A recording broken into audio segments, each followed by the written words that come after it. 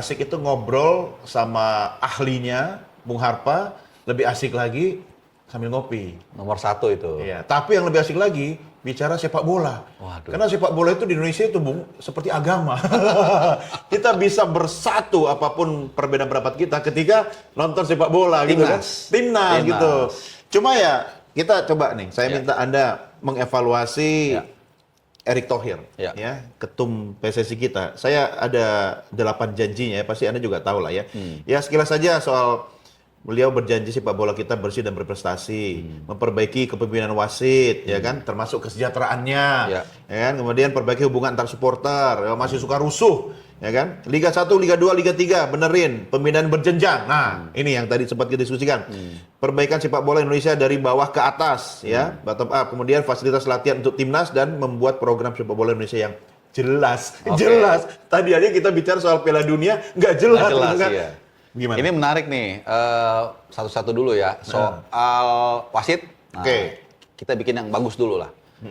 Soal wasit harus diakui ada peningkatan, baik dari pengambilan keputusan yang dibantu oleh VAR, itu ada, walaupun tetap banyak catatan ya. Nah, terkait dengan kesejahteraan yang dikatakan diperbaiki, saya nggak tahu, kalau memang itu dilakukan, ya bagus, syukur alhamdulillah.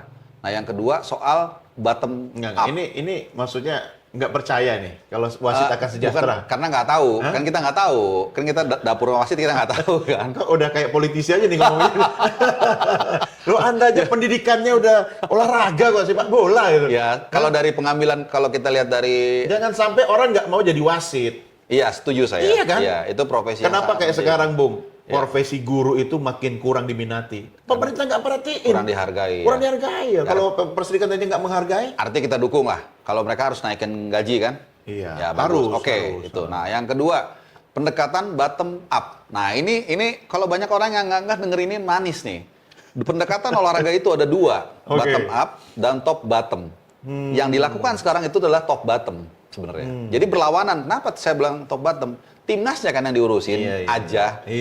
Mayoritas. Kalau dia mau ngurus pendekatannya bottom up, dia harus kolaborasi dengan pemerintah membuat sebanyak mungkin fasilitas olahraga di seluruh Indonesia. Itu ininya, semangatnya. Duitnya? Ya kolaborasi makanya kan. Dia harus dengan swasta, atau waktu itu kan beliau BUMN harusnya dilakukan.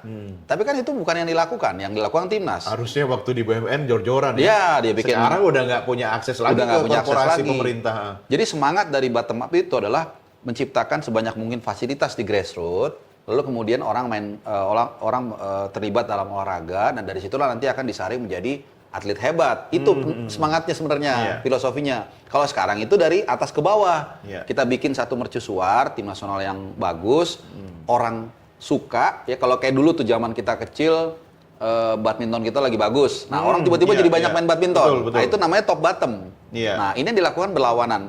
Yang ketiga, soal supporter. Supporter ini saya agak ambigu ya melihat, karena akhirnya PSSI atau federasi atau operatornya PT Super League itu mengambil jalan pintas dengan melarang fans away. Ini saya agak setengah-setengah. Kenapa? Memang beresiko juga. Beresiko kalau fans away itu didatangin itu menimbulkan gesekan. Meskipun saya juga agak kurang sepakatnya begini, Kak. Kok nggak bisa mencari solusi, akhirnya potong kompas. Dan mereka mengatakan ada larangan dari FIFA yang sampai sekarang suratnya kita nggak pernah lihat gitu. Jadi dari 8 janji tersebut ada beberapa yang ya ada 1-2 yang kita harus apresiasi, tapi juga beberapa harus kita kritisi, yang seperti yang saya utarakan tadi. Liga 1, 2, 3? Liga 1, 2, 3 ada perbaikan, tapi masih banyak PR. Masih banyak sekali PR. Peringkat kita pun saat ini masih kalau nggak salah bersaingnya dengan Kamboja, Bung. Bersaing, not even bicara Thailand loh. Enggak, saya agak sebel kalau dibilang bersaing dengan Kamboja. Yang dulu Khmer Merah ya masih. Iya. Tapi mungkin karena mereka mentalitas berjuangnya kali ya. Satu itu, yang kedua ada masalah ini juga masalah klasik bahwa tim-tim kita itu dulu ya. Ini sebelum musim ini nih bahkan tahun lalu pun klub-klub yang lolos di Asia, apakah di ACL 1, ACL 2 maupun AFC Challenge League, itu mereka tidak serius, entah mengapa. Maka tahun ini walaupun saya bukan bobotoh ya, tapi mengapresiasi apa yang dilakukan oleh Persib. Kenapa? Karena mereka sangat atau super serius menjalani ACL 2 dengan merekrut sejumlah pemain asing dan mereka cukup bagus lah di grup di ACL 2 ini. Dan itu koefisien kita nanti mudah-mudahan akan naik terus seiring dengan jauhnya perjalanan Persib Bandung dan impact-nya nanti akan jatah kita nambah. Gitu. Makanya saya berkali-kali bilang ada saatnya klub-klub di Indonesia ini rival. Tapi kalau untuk saat ini ya kita dukung Persib jauh. Kenapa? Karena kalau nanti jatahnya naik kan nanti ke klub lain juga. Yang ada di peringkat mungkin 2 atau 3 di akhir dari Super League musim ini. Bung Harpa, Bung Eto ini kan sebenarnya sudah memberikan harapan ya. Waktu dia belum jadi Menpora malah kan kita dapat harapan tentang timnas kita. Kemudian Garuda Mendunia itu kan sudah bergaung di mana-mana gitu kan. Harusnya ketika jadi Menpora ya fokusnya olahraga gitu kan. Tapi bukan menteri sepak bola loh, dia menteri olahraga, semua diurus. Dan pemuda ada loh, pemuda juga di dalamnya. Nah, pemuda-pemuda itu kan banyak juga sebenarnya yang bisa direkrut untuk jadi pemain sepak bola gitu kan. Nah, menurut Anda dengan dia di sini sekarang sebagai Menpora, dia juga ketua umum PSSI, itu bisa diakselerasi nggak program-program dan janji-janji dia? Menurut saya justru malah apa ya? Malah irisannya malah nggak sehat menurut saya. Kenapa begitu? Ya karena kan ini conflict of interest kan. Ya ibaratnya dia membawahi satu, misalnya punya anak 5, tapi dia hanya mengekspor 1, dan ini pun yang paling kuat lagi. Anak kandung 1, yang lain anak angkat ya? Iya. Enggak dong, semua cabur kan anak asli. Cuman ya, lihat aja nanti treatmentnya iya seperti kan? anak angkat. Nah, padahal yang diekspor khusus ini yang justru yang paling kuat, yang sebenarnya nggak perlu diekspor.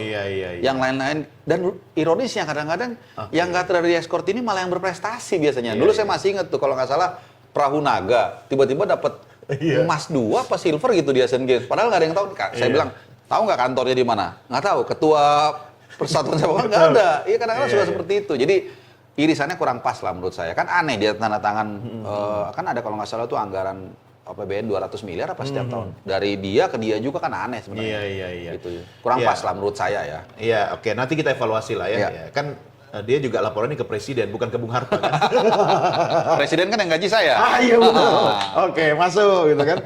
Cuma begini, kalau bicara tentang masa depan, apakah Anda melihat setelah kemudian kita sendiri tidak punya target Piala Dunia yang jelas tahun berapa, ya kan? Ditambah lagi kata Bung Harpa tadi, treatment dia kepada cabur itu kan harusnya adil gitu kan? Lihat nggak Bung Harpa, kalau sebenarnya Bung Eto ini hanya menjadikan PSSI dan jabatan itu sebagai kendaraan politik saja. Kalau target Piala Dunia jelas tahunnya, tapi sebelum itu kan ada Pilpres. Ini berat nih pertanyaan. Anda sebagai analis sepak bola dan analis politik. Kalau gini ya, saya bukan diplomatis, tapi begini. Kalau ada satu orang di suatu daerah, dia bangun jalan, bagus, sehingga petani komoditinya menjadi ekonomis, nilainya naik. Dia nggak usah kampanye berbuih-buih, orang akan senang dengan dia. Jadi nggak usah kampanye saya ini baik loh, bikin jalan buat kalian, nggak perlu. Malah ada ungkapan mengatakan air laut itu nggak ngomong aja tahu asin, kita tahu dia asin kan, gitu. Jadi sebenarnya yang tahu itu menjadi kendaraan atau tidak hanya dia. Kita hanya bisa berasumsi. Tapi again, kalau dia membuat jalan itu bagus, sepak bola kita baju, jujur, nggak usah jujur 100% lah, 80% aja lah. Dia bukan malaikat juga. Pasti elektabilitasnya naik. Iya, makanya sepak bola yang dimanjain. Betul. Karena kan jemaatnya lebih gede. Betul. Iya kan? Ya, tapi itu konsekuensi logis kan. Kalau dia memang cuma nggak fair dong. Nggak, maksudnya kalau dia sekarang Menpora. Iya. Nah, itu beda lagi kasusnya kalau sekarang Menpora. Makanya jadi kan saya bilang dari awal, kalau ini konflik of interest kalau sekarang. Kalau dulu dia Menteri BUMN dengan bola nggak irisan, malah komplement each other, nggak ada masalah. Gitu. Ini kan yang jadi masalah dia beririsan. Nah, tapi balik lagi tadi soal elektabilitas ataupun apakah dia jadi kendaraan atau enggak. Ini bola itu juga dua sisi mata uang. Kalau ini nggak dirawat dengan baik, lebih licin, bisa ke dia. Dan kita pernah lihat juga kan sebelumnya waktu pemilihan presiden kan ada satu ya, terlepas dari substansinya ya. Tapi kan dari situ akhirnya menjadi backfire buat dia. Jadi bola ini dua sisi. Kalau Anda bikin jalan itu bagus, orang akan mendukung Anda. Nggak ada yang berani nyolek dia. Tapi sekali Anda menyakiti itu sepak bola, fans bola, kelar hidup Anda. Karir Anda juga kelar bisa. Loh, kalau soal karir kelar, harusnya ketika kita kemarin mimpi kita terkubur di Piala Dunia, harusnya karir ketum PSSI juga harus kelar dong. Gini, ada kita bicara... Nggak usah bela-belain. Nggak bela-belain. Ada, gini, Bung Doni nonton ini nggak Gladiator? Iya. Waktu si Maximus dia terakhir itu Caesarnya itu suruh eksekusi lawannya. Iya. Kan dia nggak eksekusi kan, dia nggak mau. Iya. Caesar itu tetap Caesar, tapi he wins the heart of the Colosseum. Nah, saat ini Erick Thohir tidak memenangkan the heart of Colosseum.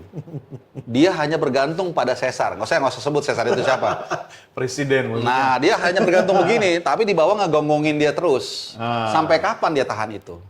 Iya, butuh kebijaksanaan. Betul, itu dia. Saya tadi kalau dia jawab dengan jujur, dia mengakui gagal. Kadang orang kita tuh pemaaf.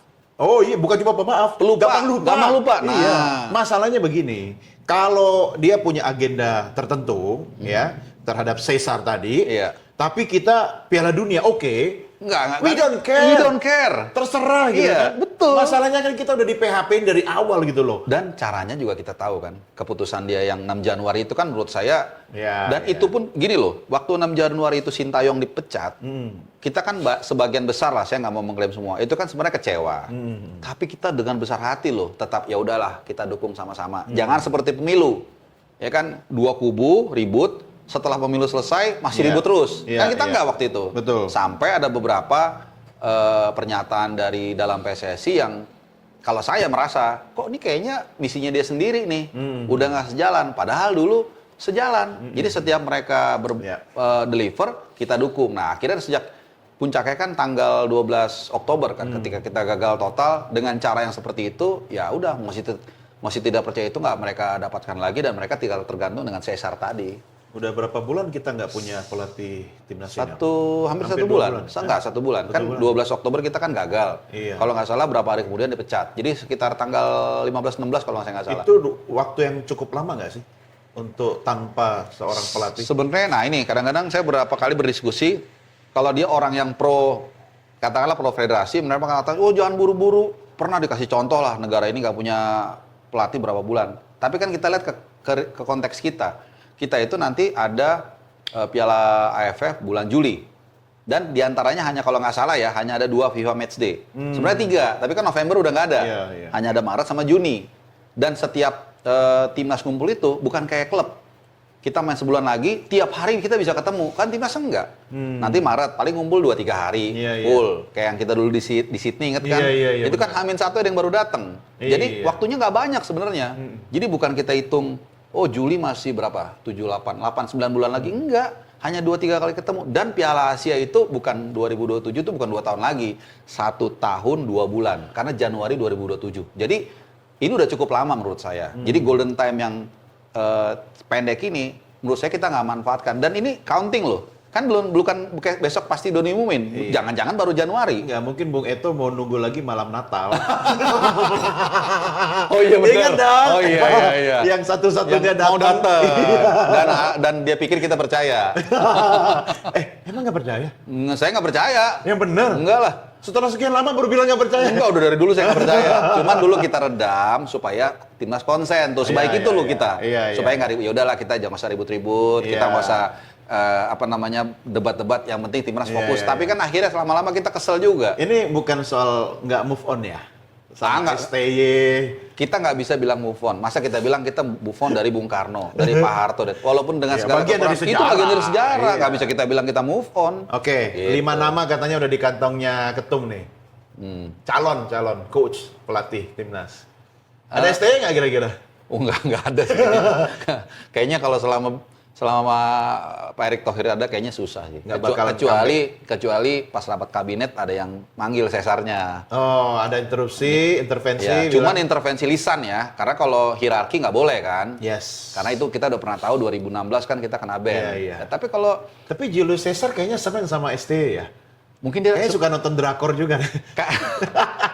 mungkin kalau dia dibisikin suka, karena mungkin beliau lagi sibuk kan. Oh iya, pembisinya itu yang penting gitu kan. Dengerin, ya saya mau. Saya yakin dia mau. Enggak, tapi Anda sendiri Bung Harpa, kalau misalnya STY comeback, better atau worse buat timnas?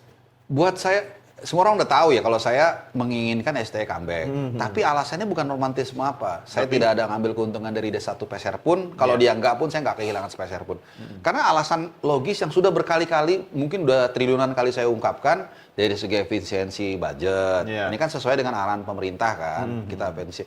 kita tuh masih nyicil setahu saya kompensasinya atau gajinya lah gitu. Masih nyicil, artinya itu bisa dikonversikan menjadi gaji kan. Iya. Satu, nggak perlu, kalau kita pelatih baru nanti ada signing fee Bung Doni. Iya. Signing fee lah, terus gaji, terus teteh bengek apa, datang ke Menpora sowan lah, ke sini banyak ininya lah rundown-nya. Kalau dia kan udah tinggal langsung gas gigi 5. Squadnya juga masih mayoritas Udah pasti kenal dia, udah adaptasi nggak perlu Tapi soal ruang ganti gimana? Kan sempat jadi masalah dulu. Ruang ganti itu salah satu hoax terbesar di tahun 2024. Yang benar. Kan udah Hanya dipakai untuk menyingkirkan STJ. Nah, itu kan asumsinya Bung Doni. Saya bicara fakta bahwa saya tidak ada di ruang ganti. Bung Doni nggak ada. Esko nggak ada, ketua umum nggak ada. JJ kita leave it alone dulu karena dia bisa bias. Betul. Orang yang di dalam ruang ganti, Calvin Verdong dan Ragnar Oratmangun sudah membantah itu di sebuah podcast. Dialah orang yang ada di dalam ruang ganti itu dan dia mengatakan tidak ada sama sekali, malah dia mengatakan Sintayong itu lucu. Iya. Terus kemudian memang katanya ada satu agak sedikit clash, tapi siapa sih di entitas di kantor yang kita nggak pernah ada clash? Iya. Yang bawahan ngomongin atasan lah tipis-tipis, ini atasannya kok kita kerja nggak digaji misalnya, atasan pun bilang bawahan gue kok malas, itu normal dinamika itu. Sebenarnya itu kebaca sih, kalau orang nggak deket ya secara chemistry, nggak mungkin ST itu diusung kemudian dicemplungin ke kolam air waktu itu kan. Satu, yang itu di kan, Stadion Madia. Iya. Yang kedua, kita lihat lawan Saudi, main kita begitu terengginas. Karyawan, saya bisa lihat kalau dia tidak respect dengan bosnya, dia tidak nyaman, pasti kerjanya malas-malesan. Udah pasti. Dan kedua, cara kita mencetak 2 gol itu sudah dirancang atas taktik dan strategi Sintayong. Itu dibenarkan oleh senior kita, Bung Gita Suwondo. Yang waktu itu dia lagi produksi pertandingan. Betul. Dia ada di ruang control room. Dia ngelihat itu pola serangan balik itu. Dia mau ngerekam tapi nggak boleh. Jadi bagaimana mungkin kalau dia tidak diterima sebagai pelatih, tapi pemain itu bermain mati-matian dan menangnya dengan cara menjalankan instruksi pelatih. Oke, setuju. Tapi kita ngopi dulu. Siap. Kita lanjut di segmen berikutnya. Jangan kemana-mana. Kami kembali.